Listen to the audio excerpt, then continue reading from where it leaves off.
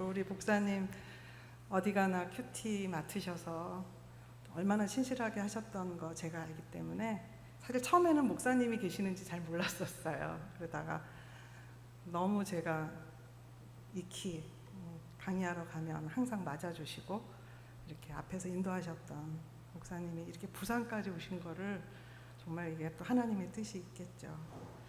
여러분, 저는 여러분들 우리 자매님들 아까 기도하신 분도 그렇고 큐티 열심히 하셔서 제가 강사로 처음에 이렇게 만들어진 게 아니에요. 41살 때부터 큐티를 했거든요. 큐티를 하게 된 거는 교회에 가서 이제 등록을 하고 이렇게 교회를 그냥 다닌 거예요. 큐티 그런 거 알지도 못하고. 그랬는데 가보니까 담임 목사님이 큐티를 굉장히 강조하시는 거예요. 그래서 우리 교회는 큐티를 안 하면 임직자도 될 수가 없고 큐티를 해야만 된다. 그래서 이렇게 주일날 설교, 수요일날 여성 예배 때 주로 여성들이 아멘을 크게 하잖아요. 그래서 이렇게 설교에서 아멘 그러면 목사님이 이렇게 그쪽을 보는 거예요. 그러면서 아멘이라고 했어요? 이게 무슨 뜻인지 알아요? 이거 아멘 했으면 이대로 살아야 돼요. 근데 그냥 어느 대목에 아멘을 했는지 궁금해요 이러시는 거예요. 제가 모태신앙인이거든요. 교회를 다니면서 그냥 아멘 하면 그냥 가슴이 서로 뜨겁고 그것이 그냥 그렇게 받아들여졌었는데 그 교회를 가니까 아멘도 못 하겠는 거예요. 목사님 반드시 아멘 하면 이렇게 웃는 얼굴로 이렇게 그쪽을 보면서 아멘 했어요? 동의한다는 거죠? 이게 도대체 무슨 일인가? 그러면서 목사님이 얘기하시기를 앞에서 떠먹여 주듯이 하는 그런 말씀에 아멘 하는 것과 더불어서 여러분이 자기 골방에서 그걸 이끌어주고 풀이해주는 목사님이 없는데 그냥 앉아서 하나님의 말씀을 잘 몰라도 계속 읽고 묵상하고 그런 시간을 날마다 갖는 성도가 어느 날 설교를 할 때 그 아멘이 벅차서 아멘하면 사탄이 무서워 떤다는 거예요. 그리고 이 세상의 기류가 바뀐다는 거예요. 그러면서 말씀을 깊이 하기 위해서 큐티를 해야 됩니다. 그 얘기를 하실 때 그렇게 저도 그냥 가슴이 뜨거워지더라고요. 저는 65세가 됐어요. 그래서 손주가 이제 4명이나 있는 그런 할머니가 됐죠. 온누리교회에서도 강의를 저한테 부탁할 때가 있어요. 다른 교회에서도 해외에서도 이게 무슨 일인가 싶어요. 여러분이 큐티 해내셔야 돼요. 큐티는 어려운 것도 아니고요. 매일 하면 말씀이 나한테 얘기를 하세요. 이게 너무나 이상한 말 같지만 정말이에요. 큐티의 그 특별함은, 큐티의 탁월함은 어디에 있느냐면 매일 조금씩 꾸준히 한다는 거예요. 여러분 혹시 가랑비에 옷 젖는다 이런 말 들어보셨어요? 가랑비 그냥 온둥만둥 오는 거야 마는 거야 이런 비인데 막 돌아다니다 보잖아요. 시간이 지나면 물이 뚝뚝 떨어지는 거예요. 큐티는 다 그겁니다. 이 한국어로 된 성경으로 하기 때문에 말씀이 어렵다 그런 얘기 못 하실 거예요. 그래서 개인이 해내야만 되는 이 거룩한 습관을 그리스도인은 한 가지 이상씩 갖고 있어야 된다고 저는 봐요. 여러분 중에 이 저녁 시간에 나온 신실한 여러분들은 새벽 기도도 꽤 아마 여기 숫자가 될 것 같아요. 새벽 기도 나오시면 큐티한 거하고 똑같아요. 저는 큐티하는 사역자지만 그렇게 봅니다. 매일 성전문을 열고 새벽에 사람 만나고 뭐 시작하기도 전에 성전문을 열고 들어오는 거예요. 이곳에 주님이 계시다고 믿기 때문에 그 하나님의 임재 속에 앉고 벅차 오르는 거죠. 어려운 일 있으면 어려운 기도도 하고 또 목사님 말씀 듣고 새벽에 듣는 말씀은 좀 특별하잖아요. 간단한데 아주 그것이 특별해요. 새벽 기도를 계속 하시던 분들은 큐티하기가 너무 쉽다 그래요. 그 영성이 비슷한 것 같습니다. 그래서 매일매일 여러분 큰 바위가 아주 큰 많은 물을 갖다가 몇 톤을 갖다 부었는데 끄떡도 안 하더라는 거예요. 근데 그 수량을 그 물을 한쪽에 두고 이렇게 호수를 만들어서 관을 만들어서 한 곳을 향해서 그냥 뚝 한 방울씩 떨어뜨렸대요. 그게 결국은 쪼개졌다는 거잖아요. 여러분, 매일 조금씩 한다는 게 그거 무시하면 안 됩니다.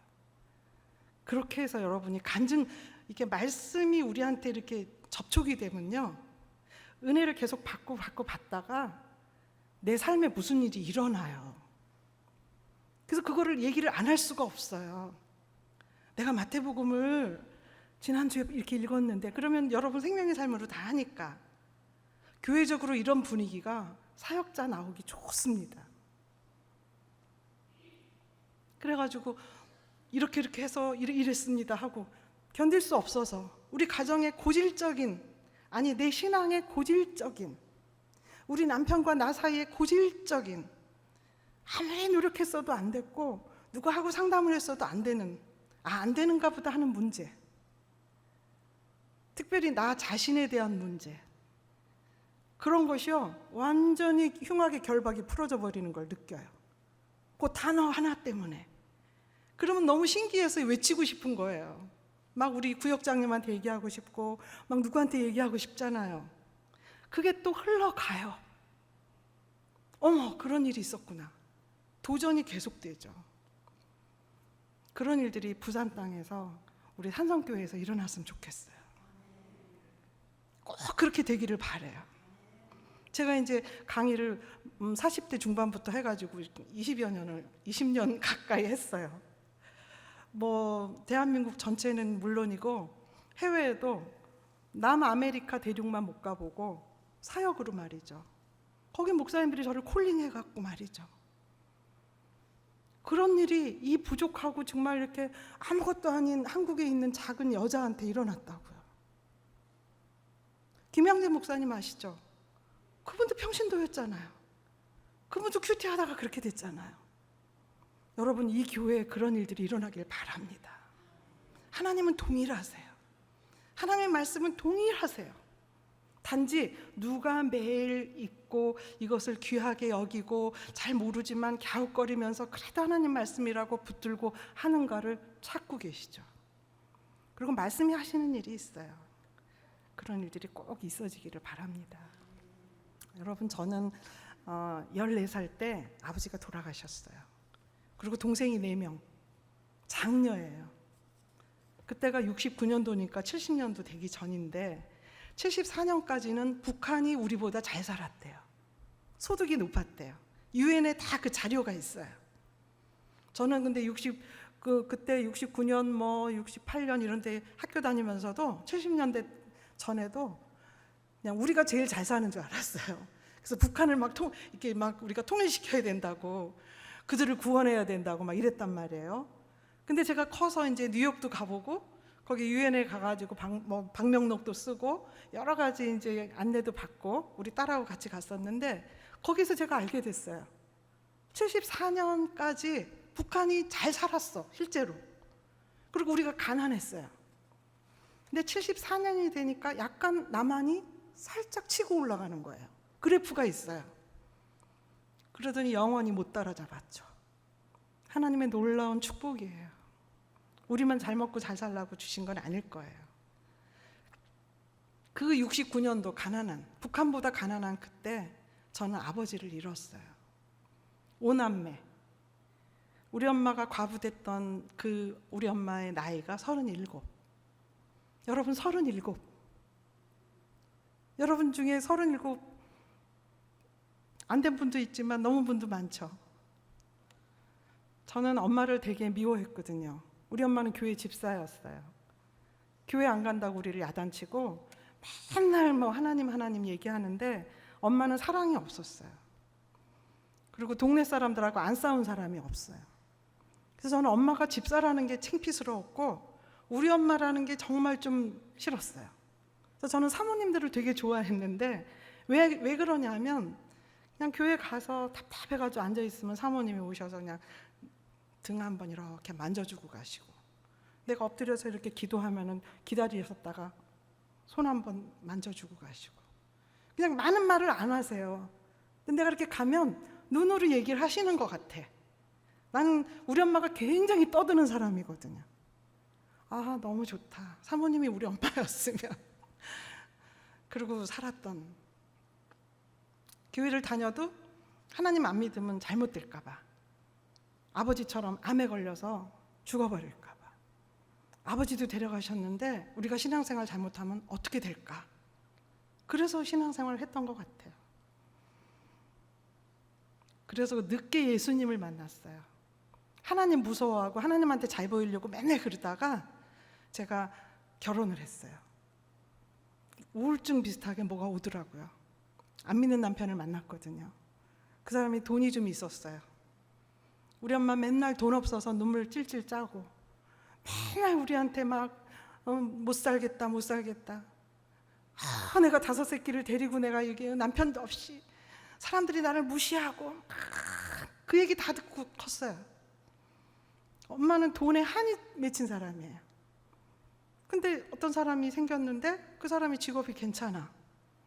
그리고 나하고 결혼하자 그래요. 갈등 하나도 없이 결혼했어요. 결혼에 대해서 제가 처녀 때 왜 기도 안 한 줄 아세요? 나는 결혼을 못할 줄 알았어요. 여러분, 남자들도 머리가 있잖아요. 과부 엄마에 5남매가 있어. 새빵 살아. 근데 거기에 맏딸이야. 내가 뭐 절세 가인 미녀도 아니고 공부 잘해서 막 좋은 대학 간 사람도 아니고 성격이 좋으냐 그것도 아니고 어떤 남자가 나하고 결혼하자 그러겠어요. 고생을 하면요 머리가 이렇게 여러 가지 잘 돌아가요. 아, 나는 결혼은 내 몫이 아니다. 그렇게 생각을 진짜 했었어요. 그래서 결혼을 근데 어떤 사람이 하자 그래서 그 사람이 또 괜찮아. 그래서 결혼을 했는데 우리 엄마가, 저는 엄마 이 사람이 예수 안 믿어 그럼 저를 막 두드릴 줄 알았어요. 막 화낼 줄 알았어. 신앙이 말도 못하거든요. 매일 새벽기도 가고 막 우리 교회 안 가면 막 때리고 그랬어요. 근데 이 사람이 이렇게 직업을 얘기하고 이렇게 얘기를 했더니 학교 어느 대학 졸업했고 뭐 이렇게 얘기를 했더니 우리 엄마가 한 몇 초 잠깐 계셨어요. 그러더니 바로 그래요. 괜찮아. 네가 구원하면 돼. 그래, 우리가 잘해줘서 구원하면 돼. 그렇게 시작된 이제 결혼 생활. 근데 우울이 제가 찾아왔어요. 그래갖고 새벽 기도를 이제 나가기 시작했어요. 시골로 이사를 갔는데 제가 새벽 기도를 나갔죠. 시골 교회에. 사순절 새벽 기도. 40일이라 그래서 40일만 해보자. 계속 한다 그랬으면 저 시작 안 했을 거예요. 40일이기 때문에 한번 해보자. 묻어서 가보자 한번. 왜 내가 40일을 기도하는 걸 하나님 보시겠지? 그러면 내 기도 제목들이 응답이 되지 않을까? 그래서 제가 다녔죠. 거기서 40일 새벽 기도를 다니다가 제가 그냥 중간에 예수님을 만난 것 같아요. 통곡이 나오는데 사실 그때는 우리 남편이 돈 잘 벌어줄 때니까 제가 뭐 이렇게 우울증이 왔지만 다른 요소들로 온 것이고 하나님의 계획 속에서 온 것이고 그래야 제가 새벽 기도를 나가니까 그런 것이었고 뭐 그렇게 내 개인의 서름은 없었던 때거든요. 근데 그렇게 눈물이 나와요. 처음엔 안 그랬는데. 그래서 가만히 보니까 제가 찬송가 중에 예수님이 나오면 그렇게 울더라고요. 제가 어릴 때부터 들었던 얘기가 있잖아요. 그래서 어릴 때부터 주일학교 다니는 것도 이건 무시 못해요. 철없어서 아무것도 모르는 것 같죠? 어느 때가 옵니다. 그 때가 오면은 그 성령님이 임하시는 그때. 그러면 어릴 때부터 들었던 그 모든 성경 구절, 생명이 하나도 없이 내 안에 저장돼 있던 설교도 얼마나 들었겠어요. 그냥 한쪽 귀를 듣고 한쪽 귀를 흘렸죠. 그런데 그 날이 오면 그것들이 다 구슬처럼 깨어지는 것 같아요. 그래서 예수를 만나도 강렬하게 만났어요. 아, 내가 천지 창조하신 부자 하나님께 맨날 서운했는데 내가 매일 울면서 기도했던 그분은 나를 위해서 물과 피를 다 쏟아 흘리신, 더 이상 나에게 줄 게 남아있지 않은, 나에게 다 주고 가셨거든요. 그때 그거를 깨달았어요. 예수님이 그러세요. 미양아, 네가 그렇게 못난 사람이 아니야. 나한테 상처받지 마라. 나 더 줄 게 없어. 왜? 너한테 다 주고 왔거든. 그냥 설교 중에 그렇게 그냥 들었어요, 제가. 그리고 엉엉 울었죠. 그렇게 예수님을 극적으로 만나고 나니까 성경을 읽어야 되겠다 하는 생각이 들더라고요. 내가 성경을 체계적으로 한 번도 안 읽어봤는데 오늘부터 성경을 읽어야 되겠다. 그래갖고 이제 제가 성경을 이렇게 창세기부터 읽잖아요. 그래서 했는데 창세기 1장 1절 태초에 하나님이 천지를 창조하시니라. 그냥 그거를 이렇게 그냥 처음이니까 그냥 뭐 이렇게 준비 운동하는 것도 아니잖아요. 그냥 무심코 읽었어요. 근데 태초에 하나님이 천지를 창조하시니라.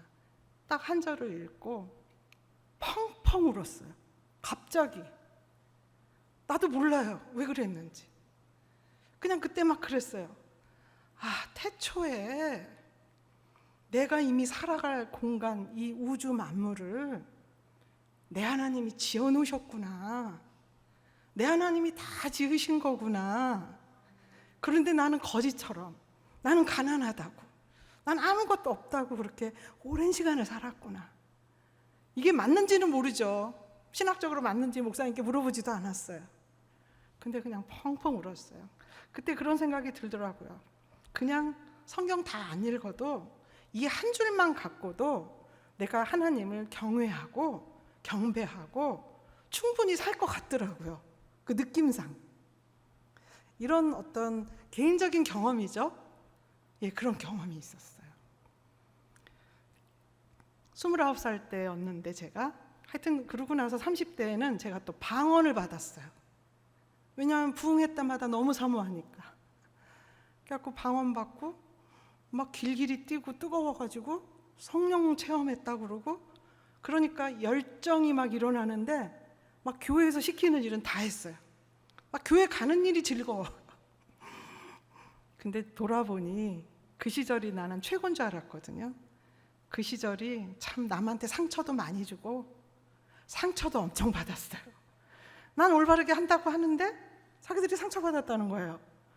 난 올바르게 하는데 뭘 따지고 막 그러는 거예요. 내 그 속뜻을 오해하고. 와, 교회 힘들더라고요. 성령은 받았는데 방언 받고 막 뜨거워졌는데 교회 생활이 힘들어. 그런 일들이 저한테 있었죠. 여러분, 그 디모데전서 아까 읽었던 말씀을 보면 망령되고 허탄한 신화를 버리고 오직 경건에 이르기를 연습하라. 신화를 버리고 경건을 연습하라. 이것은 이 세상과 그 다음 세상에도 약속이 있다. 여러분, 하나님 말씀 중에 약속 이런 거 나오면 굉장히 중요한 포인트예요. 저는 이 말씀을 처음에 이렇게 보고, 이건 제가 부흥회 때 배운 거예요. 사실 큐티하다가 배운 게 아니라 하나님은 약속이란 단어에 민감하신 분이고 그 약속으로 우리를 끝까지 책임지기 위해서 아들까지 죽이신 분이다. 자기가 할 일을 그렇게 무섭게 하시는 분이다. 그래서 여러분도 약속을 주장해라. 여러분이 받은 약속이 무엇이냐, 이렇게 제가 도전받은 적이 있거든요. 근데 이 큐티를 배우러 갔더니 처음에 이렇게 함께 나누는 말씀이 이거였거든요. 망령되고 허탄한 신화를 모두 버리고 오직 경건에 이르기를 연습하라. 이 경건은 금생과 내생에 약속이 있다. 너무 제가 가슴에 훅 들어오는 거예요. 이거 경건의 연습이 너무 중요하구나. 큐티를 정말 계속 해야 되겠구나.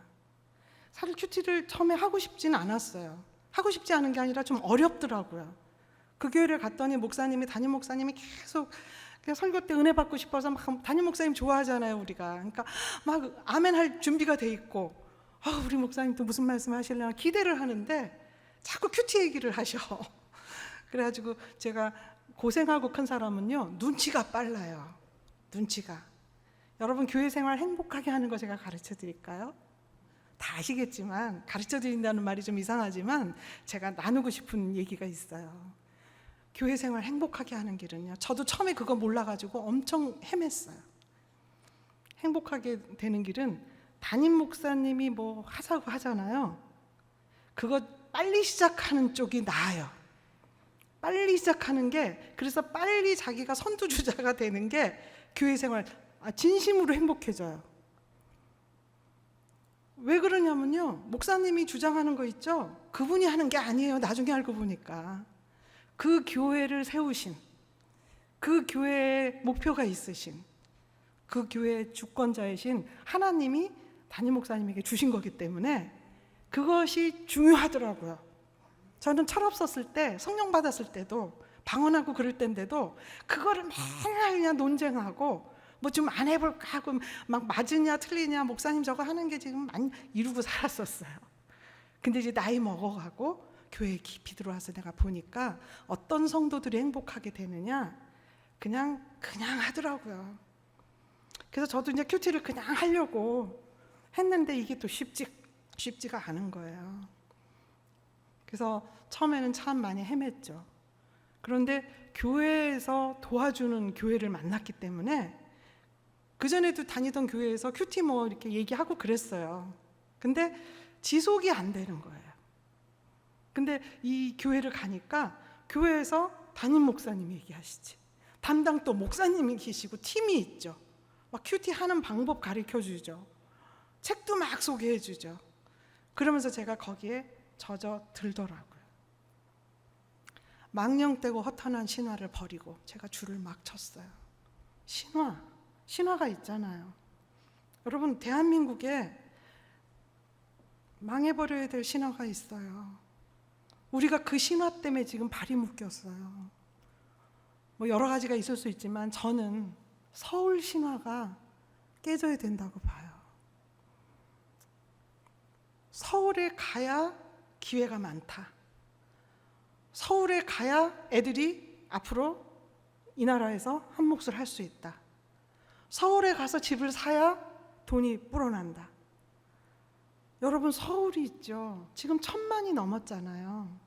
수도권까지 합치면 엄청나죠. 우리나라 인구가 5천만이에요. 지극히 비정상적인 도시예요. 우리는 왜 그럴까요?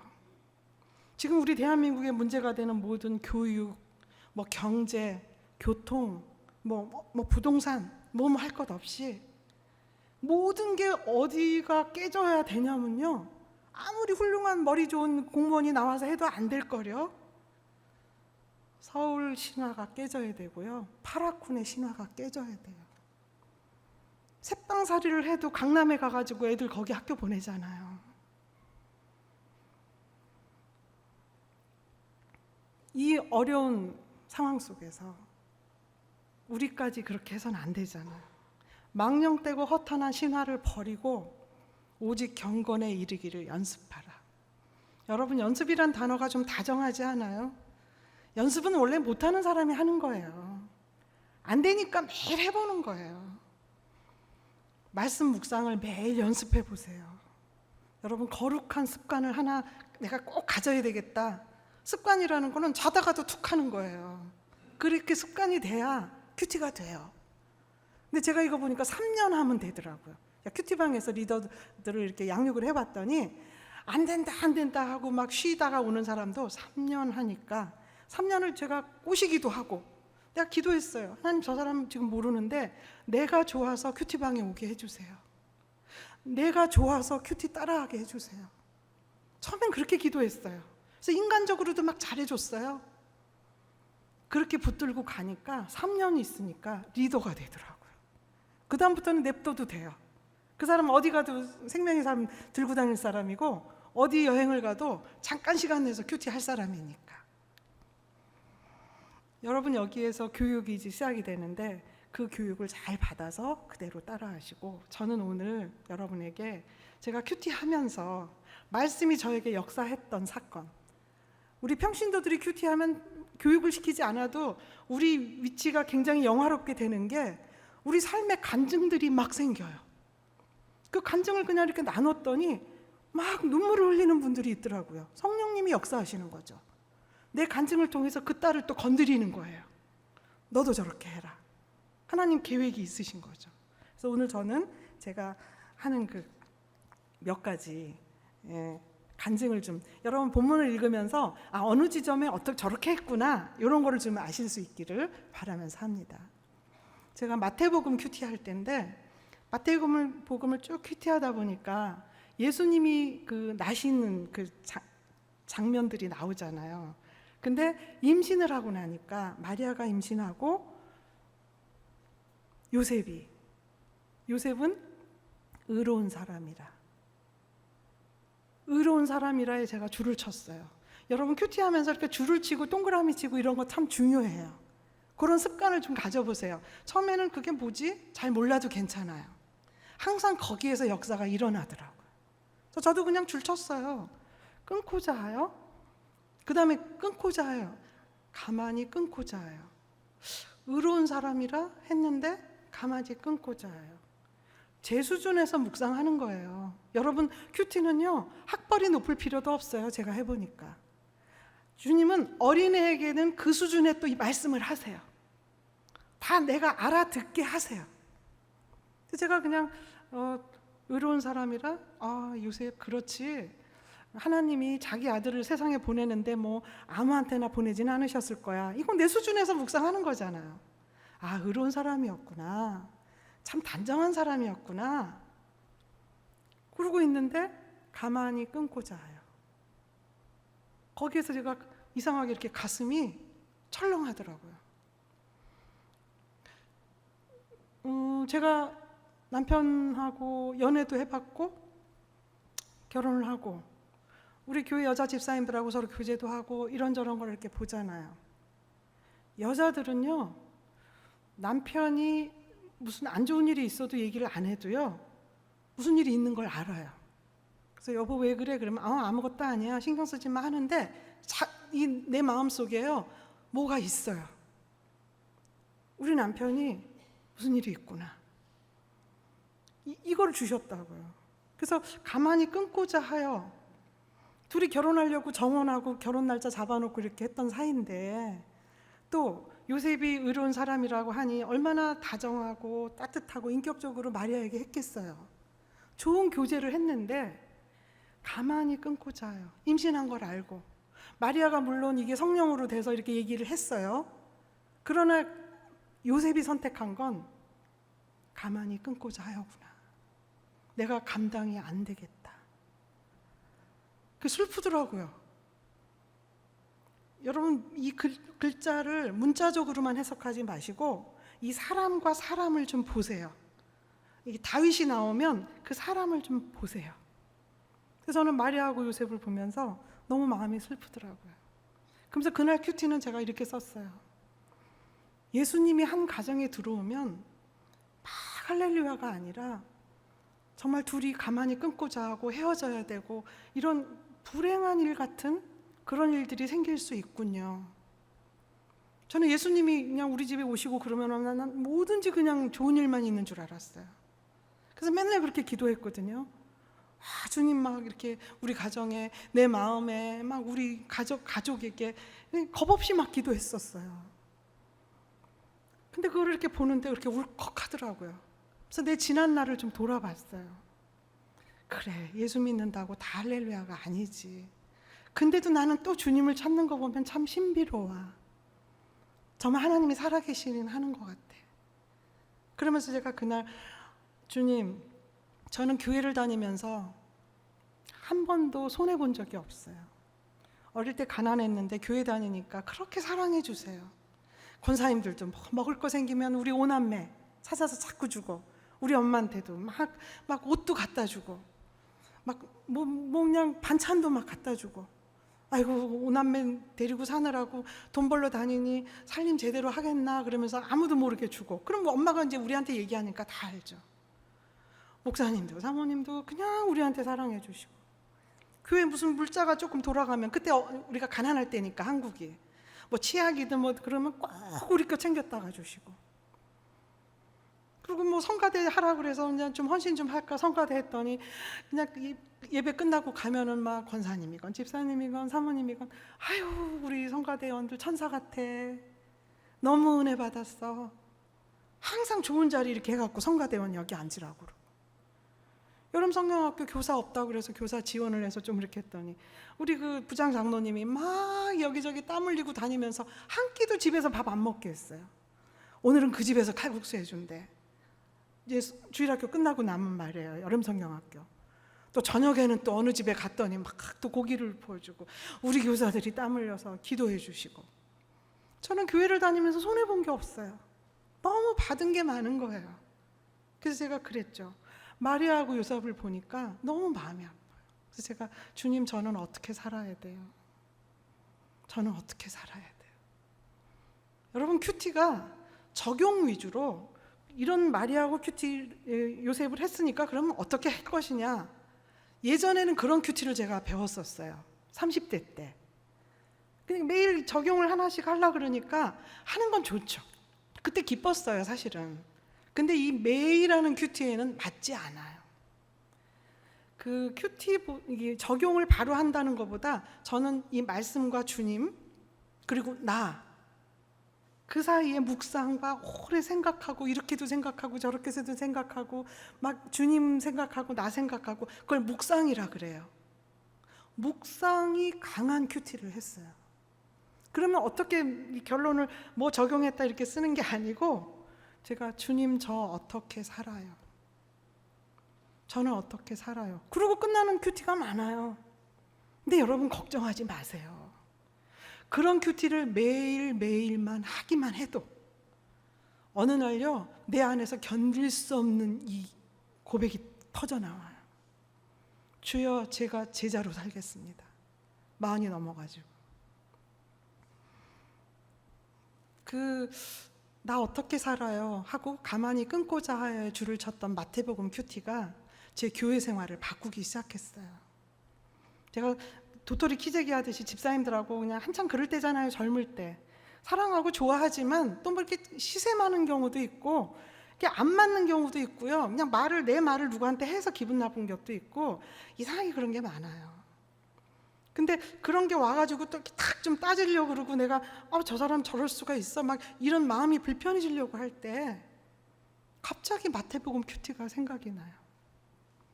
나 어떻게 살아요, 주님? 했던 그 고백이 있죠. 그때 내가 밑에 며칠 후에 나 예수님의 제자로 살리라. 대한민국에 40이 넘은 아줌마가 됐지만 젊은 날 다 보냈지만 지금 생각하니까 너무 귀여워. 60대 내가 보니까 40대 때 내가 다 산 것 같아요. 그래서 젊은 날을 내가 다 청춘을 버리고 늦었지만 주여 저를 받아주시겠나이까 그러고 제자로 살아야지. 제자가 뭔지도 모르면서 그랬다는 거예요. 여러분, 말씀 보고 큐티 시간에 일어나는 내 말에서 나오는 고백이나 글을 쓰게 되는 거나 떠오르는 생각은요 성령님이 하시는 거라고 믿으셔도 돼요. 내한테서 나오는 게 아니었던 게 너무 많아요. 그래서 제가 제자로 살기로 결심했는데 그 집사님이 나한테 그랬다는 거 내가 못 참고 막 이러는 게 한심해 보이더라고요. 내가 우리 예수님은 나를 생명으로 주셔가지고 세상과 싸우고 마귀랑 싸우라고 나를 그렇게 부르셨는데 교회에서 내가 자매들하고 싸우고 있네. 교회에서 내가 전도사님하고 싸우고 있네. 막 가서 싸우진 않지만 마음으로 말해요. 그 벌을 내가 고쳐야 되겠다. 이게 뭐 하는 짓이냐. 안 돼요. 또 어느 날. 근데 한번 그런 경험이 있기 때문에 그런 사건이 오면 또 계속 저를 이렇게 돌아보게 돼요. 어느 날 제 주변에 원수가 없어지더라고요. 원수는 그가 원수였던 게 아니라 내가 진리를 몰라가지고 사탄에게 속아가지고 다투고 분쟁하고 했던 것들이더라고요. 저는 이 마태복음 큐티를 여러분과 나누고 싶어요. 말씀 보면 이런 것들이 일어나요. 줄치고 그날 큐티만 잘 하시면 돼요. 또 그 다음날 또 큐티 하시고 이렇게 하는데 내 안에 그게 스며들었던 거예요. 그래서 나를 상황을 바꾸고 내 생활 습관을 바꾸고 내 사고방식을 바꾸기 시작하더라고요. 에베소서 큐티를 하는데 에베소서 1장이었어요. 근데 거기에 쭉 읽으니까 너무 구절구절이 좋은 절이 많아서 그날 줄을 좀 많이 쳤어요. 근데 한 2번 읽고 마지막에 이렇게 읽는데 문득 1절, 2절에 바울이 이렇게 인사를 건네요. 감옥에 있잖아요. 에베소서가 바울 감옥에 있는 그런 서신이라는 거를 옥중서신이라고 배웠거든요. 근데 그 바울 사도가 편지를 쓰는 거예요. 밖에 있는 에베소 성도들에게. 에베소 성도가 그 생명의 삶 그 해설에 보니까 굉장히 핍박이 심했대요. 갑자기 알지도 못하는 예수 믿는다고 막 자기 하니까 막 이렇게 돈도 안 빌려주고, 예를 들어서 물건도 안 팔고 왕따 시키고 이제 막 그렇게 고난을 당하게 된 거예요. 그래서 그 사람들을 어떻게 할까 생각하면서 그 감옥에서 사도가, 목사님이시죠. 나는 그때 그렇게 이제 내가 묵상을 했어요. 아, 목사님이 고난당하는 성도들에게 편지를 쓸 때 심정이 어떨까? 좋은 거 주고 싶잖아요. 정말 만날 수 없지만 막 그 편지라는 글이라는 그 한계가 있는데 여기에 내가 이들에게 뭔가를 주고 싶다 하고 썼을 것 같아요. 거기에서 제가 은혜와 평강을 발견했어요. 고난당하고 있는 성도니까 돈이 없을 수도 있고 뭐 이렇게 다 공고할 텐데 그런 얘기는 하나도 안 하시고 하나님의 은혜와 평강이 그리스도 안에서, 그리스도 예수 안에서 너희에게 넘치기를 비노라. 제가 가졌던 성경 버전은 그때 그렇게 번역이 되어 있어요. 비노라 하니까 이 사도가 얼마나 간절히 그거를 빌어주고 싶은가.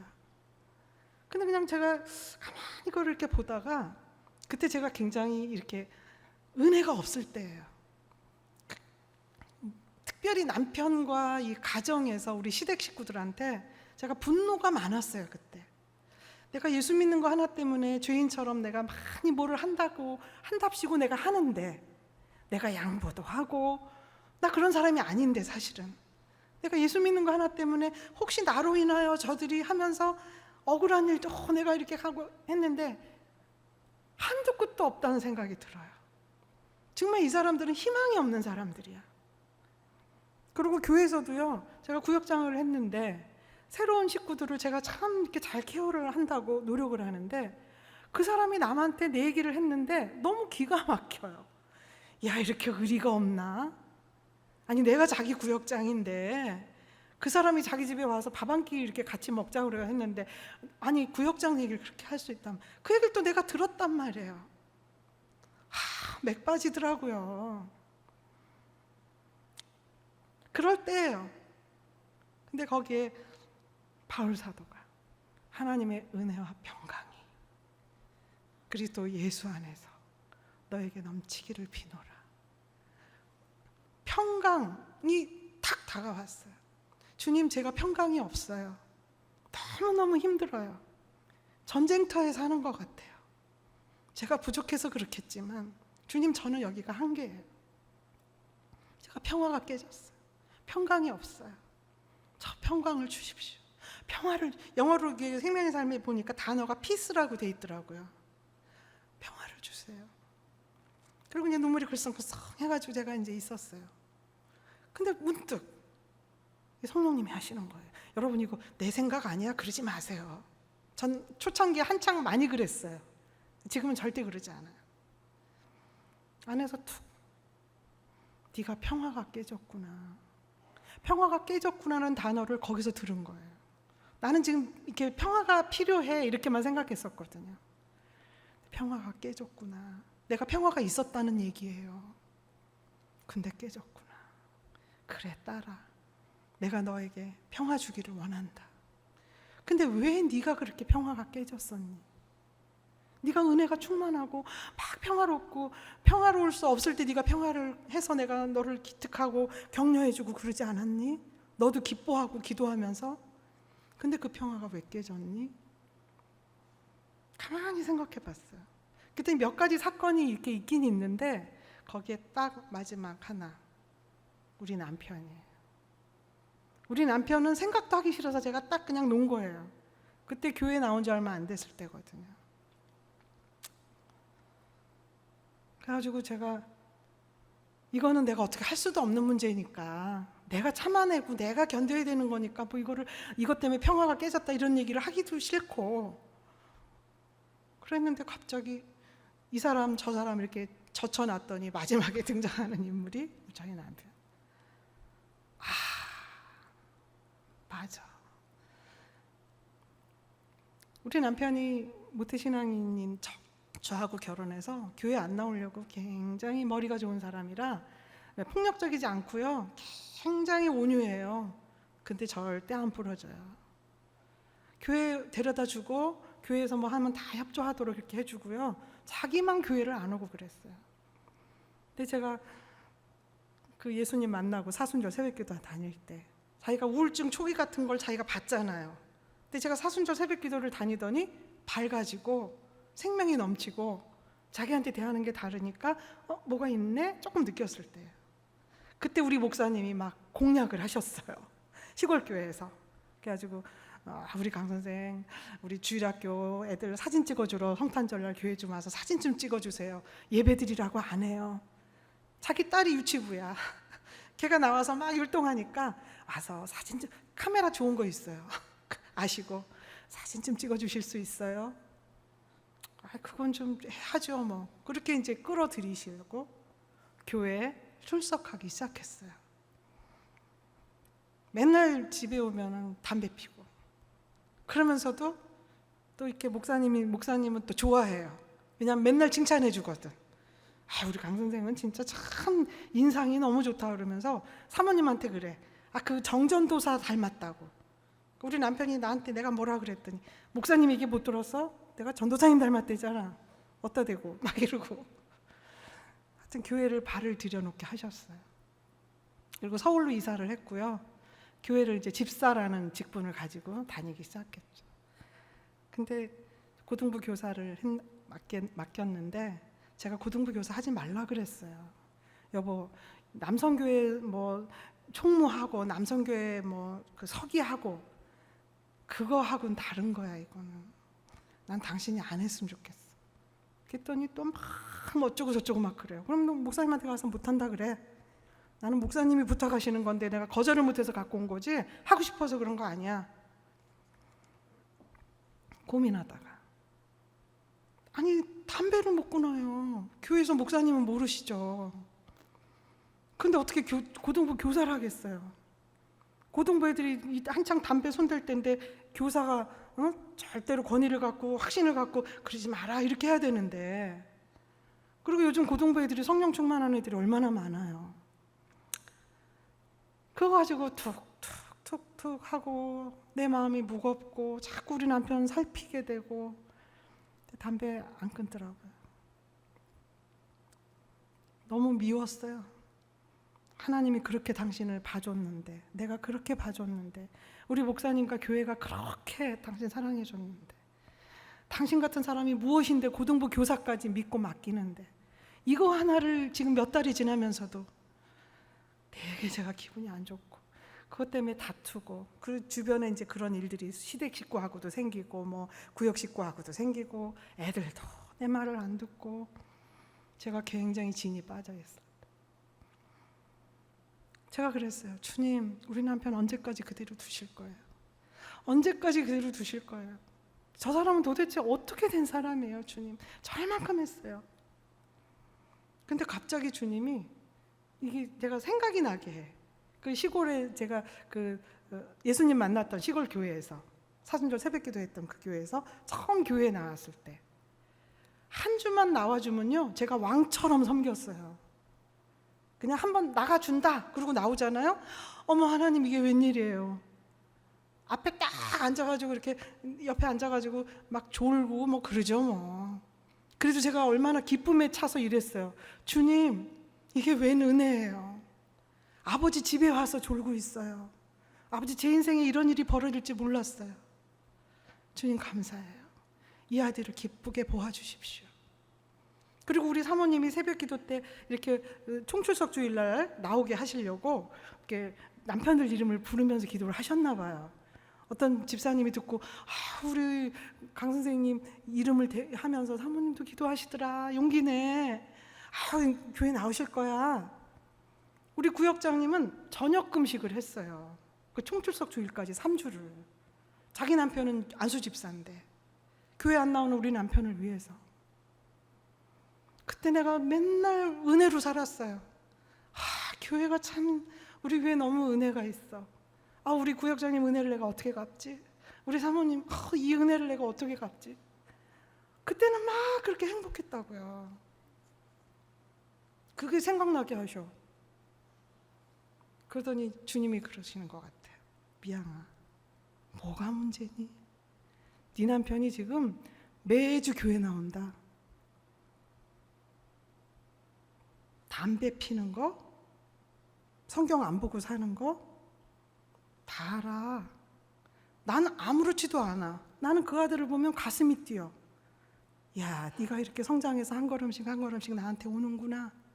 우상 숭배하는 집안에 태어나서 평생을 제사 지내고 뭐 동네 굿하고 이런 것만 어릴 때 여기저기 다니면서 음식 얻어먹었다는 얘기, 그런 추억으로만 가득한 이 아들이 그냥 가정의 평화를 위해서 목사님이 그냥 사랑해 준다고 교회 한번 발을 디뎌 놓더니, 또 고등부 교사 하십시오 그랬더니 그냥 목사님 거라 내가 거절 못한다고 시작한 네가 너무나 귀하다. 나는 너를 인도해 줄 거야. 내가 너를 축복해 줄 거야. 미양아, 네가 뭐가 문제니? 내가 이렇게 행복한 사건이, 고등부 교사를 열심히 하는 그 행복한 사건이 너의 평화를 깼다니. 네가 은혜를 놓쳤구나. 평강은 혼자 오는 복이 아니야. 은혜를 앞에 열고 다가오는 게 평강이야. 네가 은혜를 회복하면 네 마음에 평화가 넘칠 것이다. 그날 제가 얼마나 감사가 넘쳤는지요. 저녁 때 우리 남편이 들어왔는데 자기는 무슨 일이 있는지 모르죠. 근데 제가 이렇게 막 너무 막 눈에서 하트가 나갔겠죠. 우리 남편이 참 나 때문에 헷갈렸어요. 어떻게 살아야 될지 그 사람 몰랐을 것 같아. 근데 내가 그렇게 하면 너무 고마워해요. 그리고 제가 얘기를 하죠. 여보, 나 오늘 큐티 했는데 하나님이 당신을 사랑하신대. 메시지가 그거잖아요. 은혜와 평강이가 그날의 본문이었지만 우리 남편에게 주고 싶은 메시지였어. 하나님이 당신 사랑하신대. 나를 책망하셨어. 여러분, 큐티는 이런 거예요. 이렇게 아침에 읽으면 그 사건으로 우리 남편이 담배를 끊어버린 것도 아니고요. 나한테 전화해서 여보 내가 담배 끊을게 이런 것도 아니고요. 그냥 내가 성경을 읽었을 뿐이에요. 그런데 성령님께서 시공간을 초월해서 앞으로 미래에 되어질 일이 믿어지는 거예요. 과거에 그랬던 것들이 축복으로 여겨지는 거예요. 이런 일들이 매일 일어나면 얼마나 좋을까요? 근데 이 은혜와 평강이 이거를요, 큐티를 그거 하나로 끝난 게 아니고요.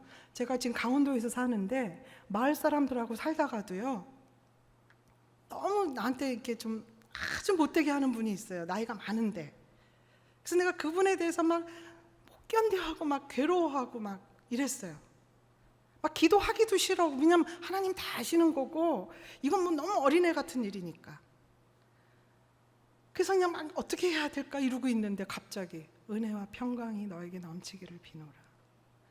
그분이 저 처음에 강원도 14년 전에 갔을 때, 그 동네에 갔을 때 정말 저를 따뜻하게 해주셨어요. 그때 동네 주변에 사람도 없을 때인데 어머니 모시고 왔다고 눈길을 걸어오세요. 그래갖고 집에서 그 산양삼이라고 그 장례삼을 하셨거든요. 그거를 데려가지고요, 이렇게 해가지고 토종닭이 있는데 거기에서 한 10개 정도를 해가지고 노인네 드리라고.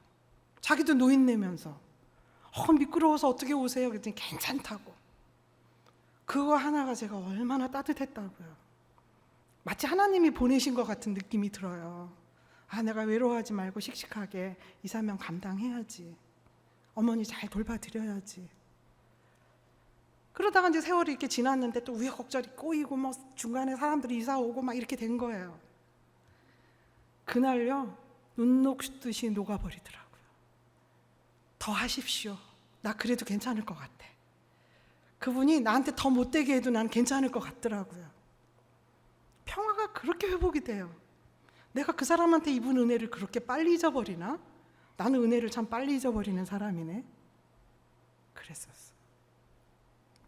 사랑하는 여러분, 큐티의 간증이 이 별 이렇게 막 특별한 기적처럼 그런 간증들이 있긴 있어요. 사실 오늘 자녀에 대해서 제가 간증을 좀 할까 그랬는데 그게 좀 스토리가 여러 개가 이어지고 많아요, 분량이. 그래서 못했는데 다음에 또 기회가 되겠죠. 이렇게 어머니들 많이 계시니까 하나님이 우리 자녀들에게 역사하셨어요. 저는 우리 아이를 세상 방법으로 그때는 키우고 있었던 거예요.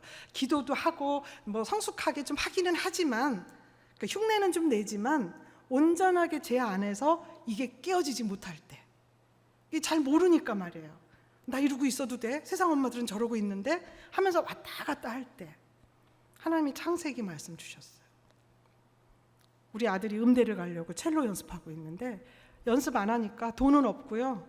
우리 집안이 이렇게 한번 굴러 떨어졌었어요. 그때 집도 전세 살고 이랬어요. 걔 그거 음대 한번 보내려고, 왜냐하면 시작을 했으니까. 고등학교 2학년 때 우리 집이 망했거든요. 고등학교 1학년 때부터 계속 했으니까 뒤로 갈 수도 없고 걔를 그냥 서포트 하려고 최소한. 근데 애가 연습을 안 해요. 레슨 선생님이 오기 싫어할 정도예요. 나 이렇게 연습 안 하는 애 처음 봤고 얘 이래가지고 저한테 맡겨서 대학 못 갑니다. 막 그냥 날마다 난리가 날 일들이 있어요. 걔를 미워서 야단도 치고 잘 다스리다가 내가 욱 해가지고 막 욕하고 막 빗자리를 집어 던지고 난 못 살겠다, 난 진짜 못 살겠다, 엄마는 죽겠다 막 이러고 애한테. 우리 남편은 그 가운데서 내가 총알이 떨어져 버린 아빠로서 나중에 그렇게 고백하더라고요. 어릴 때 니네들한테 내가 아빠가 돈 잘 벌고 잘해줬는데 그때 좀 망했어요. 총탄이 떨어져 버렸다는 거예요. 가장 중요한 고등학교 2학년 3학년 때 그런 사건이었어요. 창세기 보는데 창세기 2장 쭉 넘어가는데 너는 흙이니. 아담과 하와가 범죄하고 선악과 따먹어버리고 그랬더니 그때 따라왔어요. 주님이 얘기하시기를 너는 흙의 먼지니 흙으로 돌아갈지니라. 여러 가지 그 스토리 아시죠? 많은 말씀이 있는데 하나님이 그때 나에게 하시는 말씀이 딱 그거였어요. 너는 흙이니 흙으로 돌아갈지니라. 그래요, 주님, 저는 흙이에요. 저는 아무것도 할 수 없는 흙이에요. 난 돈이 없는 그것만 생각하고 애가 내 말을 안 들으니까 어미로서 아무것도 할 수 없는, 그러다가 우리 애는 학교도 못 가고 우린 이렇게 될 거야. 그 절망 속에서 나는 흙이에요 그랬는데 나는 흙이에요, 주님. 그래요, 저는 흙이에요. 아담도 흙이고요, 저도 흙이에요.